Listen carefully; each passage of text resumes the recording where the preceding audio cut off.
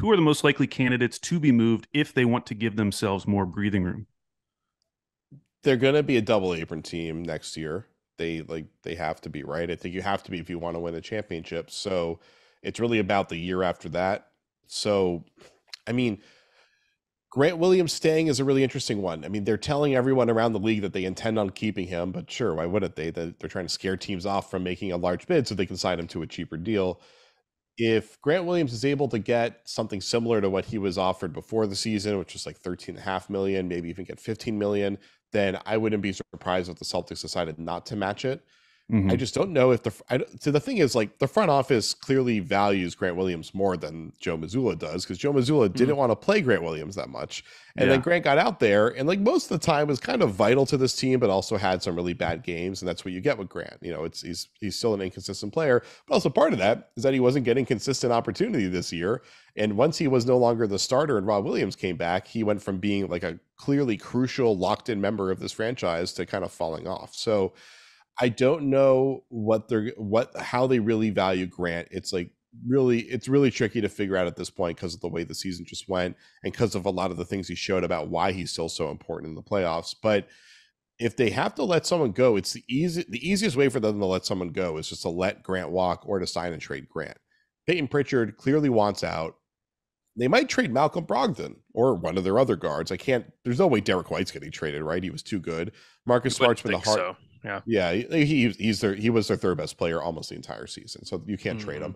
him. Marcus Smart is like the heart and soul of the team. He's basically the captain of the team. Lots of ups and downs with him.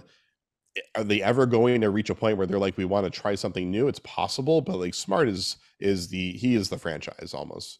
And then it comes down to Brogdon, and like Brogdon, they brought him in as a luxury, and he was a luxury for most of this year, and he played a pretty important role. There were some huge moments where he saved them in that playoff run, and then he got hurt, and they kind of could see it. I feel like they could survive with him being hurt. Like they won a few games in a row where he was in like rough shape and just couldn't really shoot the ball in that Miami series. So, you know, it's possible they decide to trade Brogdon and they feel like we don't have to have three great guards. We can keep Peyton Pritchard, play him more, and get by with that. But I would assume if they're going to do a big cost cutting move, it probably comes after this upcoming season. Hmm. Yeah. So your expectation is that they run it back next year without like a major roster shakeup. I think they have to do one more player movement in there. So Mm-hmm. that does make it possible that somebody like Brogdon can get moved. Al Horford is someone that generally would make sense to try to refresh somebody with, but they just signed him to an extension, and he's another player that just like there are times where the season would have ended immediately and Al Horford saved them. So that's how it tends to go. But they gotta figure out some sort of consistency with their bigs because Rob Williams is very inconsistent. And part of that is that they don't consistently find a role for him. And so they kind of have to figure that out. And then, you know, Horford was an elite shooter until he said he was an elite shooter in the playoffs, and then all of a sudden fell off the face of the earth.